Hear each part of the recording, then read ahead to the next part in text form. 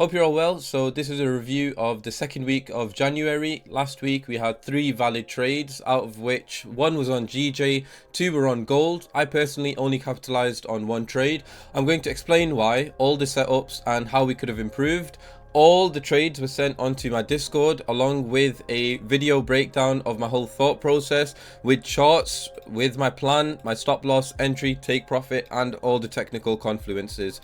Now the first trade was GJ 190.8. Now on Monday it was a tech driven market, so this trade did miss me by spreads and delivered the move that I was looking for, and then when it pushed back lower it was no longer valid because the profit taking move had happened without tagging us in, and the odds of the pullback over here were slightly lower. Even though it did deliver the move, it was one that wasn't capitalized on.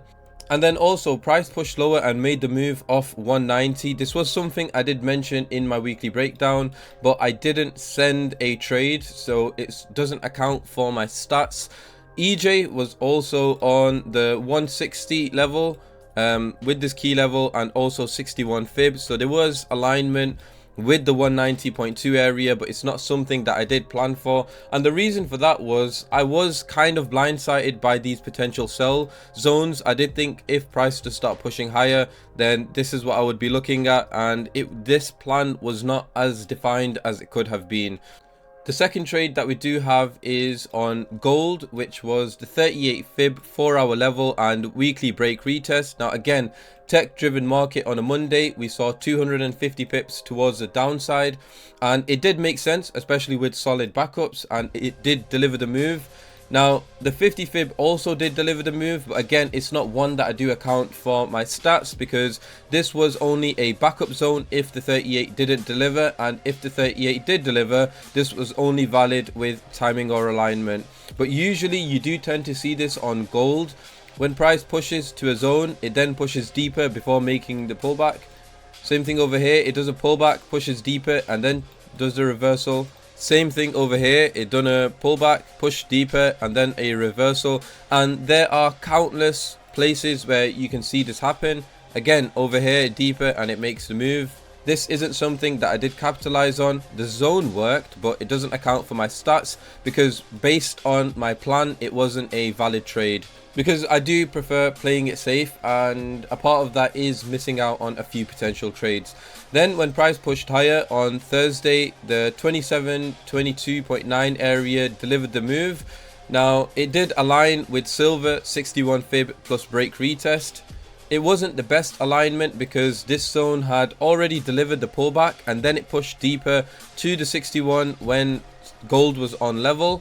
There was also slight timing. It was end of session with weak alignment. It did make sense for it to deliver the move. And I did mention that there is nothing to be scared of taking sells on gold because with the end of the Gaza genocide, even though it's not stopped, in terms of the markets, it is seen as a risk on, but also with Trump coming into office tomorrow, the chances of ending the Ukraine-Russia conflict is pretty high, and I do expect midterm downside on gold. So worst case scenario, if this level didn't deliver, there were solid backups which would have delivered, especially towards the end of the week with a strong push towards the upside.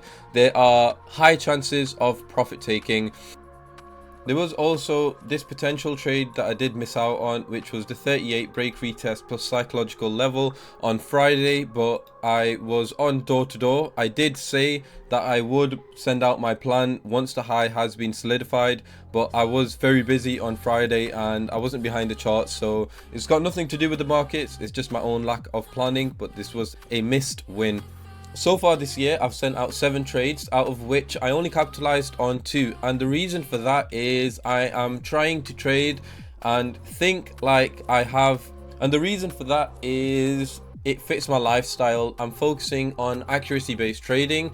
I am choosing the best possible trade setup, and an example would be this trade. It was a valid trade, but because we are in low liquidity markets, it's not the trade that I wanted to start the year off with.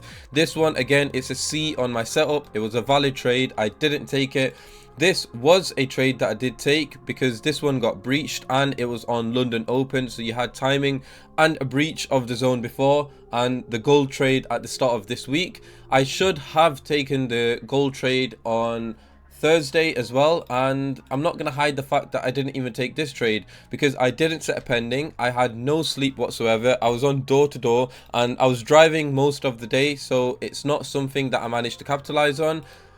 And another thing is I am trading as if I was risking 10-20k per trade, because if that's the case, there is no way you'd risk 10-20k on a trade setup when you know it's a low liquid market, or you wouldn't want to start your year off with a trade which is a C on your setup. And the reason for that is when it does come time to trading with that much money, I have a lot of experience, I know my system inside out, and the decision making will not be affected because it's how I always trade.